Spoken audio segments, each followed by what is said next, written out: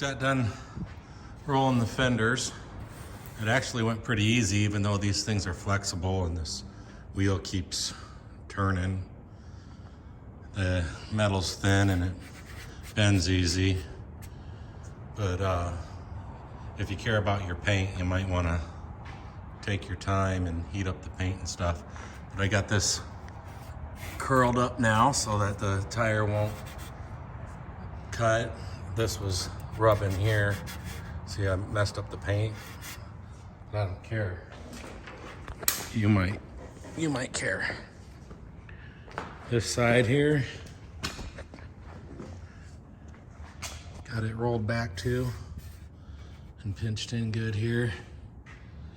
And then I just put that together, and it's all oily or whatever from the brake fluid, because I decided to put this in after I had added brake fluid, which I probably should have done first.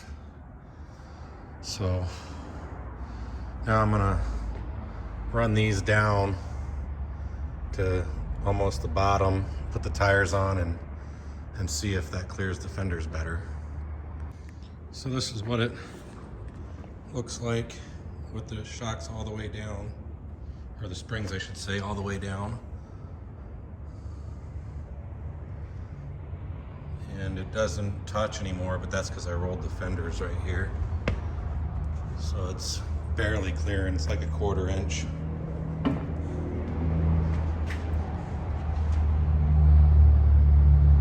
I don't mind how that looks. That's what's going on inside here. And then, I don't know if I can see it. I don't think I can point it at the spring and still, maybe on this side I can. Still see it. Oh, yeah, there, see? That's how much shock I got left. I'm not sure that's enough. But I did get inside the engine bay and put a foot here and a foot there and jump as hard as I could, and it didn't bottom out. So I might leave it. I'll probably have to check the alignment again now since I moved it, but they look fairly straight. I don't know, I'll check them anyway. So I finally installed it. I bought it for the vert, but since I think that these towers might be a little bit compromised because of that big old hole right there. It's not like that on this side. See, it's got the steel there. I figured, well, might as well do what I can to make it so that they won't move. And it's pretty solid working across there. And I don't know, back there is probably kind of a weak point because it's just a thin wall and it's a little bit above this where that looks like it's got some strength there. But it's better than nothing, I suppose. So that's done. All right, so I got this throttle bracket and I put it on and I adjusted it, and then I went in and punched it and snapped off the little Heim joint that was on top of the throttle. The gas, it was like a lever, and up on top it had a little Heim joint and it broke. So I had to spend some time grinding on that and making what was left of it work.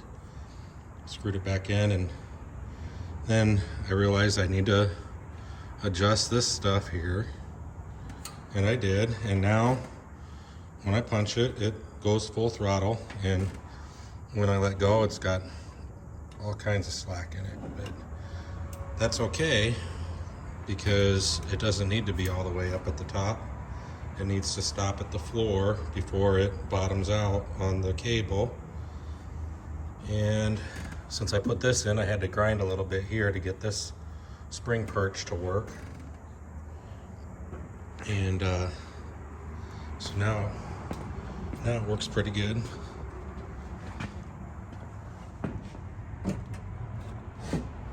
It's kind of a tough push, but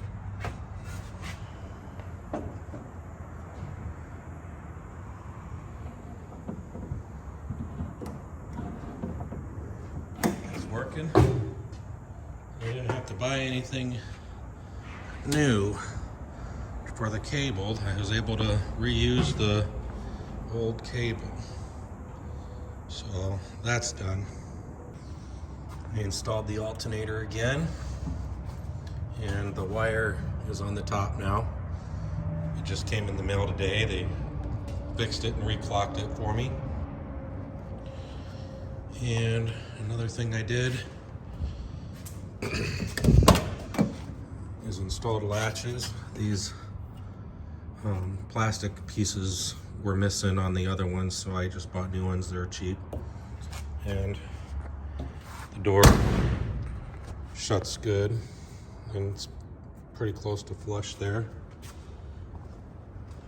Didn't really change the lines on the between the fender and the door though. Those were kind of messy to begin with. But this one, it closes even further than flush, and it gets a little close here. But if I move it anymore, then it doesn't close all the way. So I can adjust this up and down and in and out, and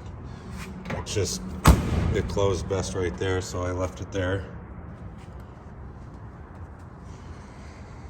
Another thing I did was I mounted the purge valve solenoid, and I'm debating whether I put the screen back on or not, because the hood covers all that where these scratches are. That's where the hood goes, so it doesn't really need that. The only time it looks good is when the hood's off.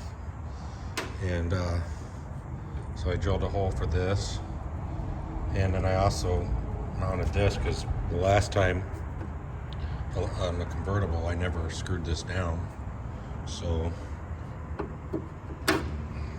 that works good. I want to say it locks, but yeah, it does. Locks. So then eventually I'm going to get around to fixing this bird's nest here, but we'll see. I have to check my list. I'm going to call it quits for the day. I got a lot accomplished, I think. So see you next time. Thanks for watching.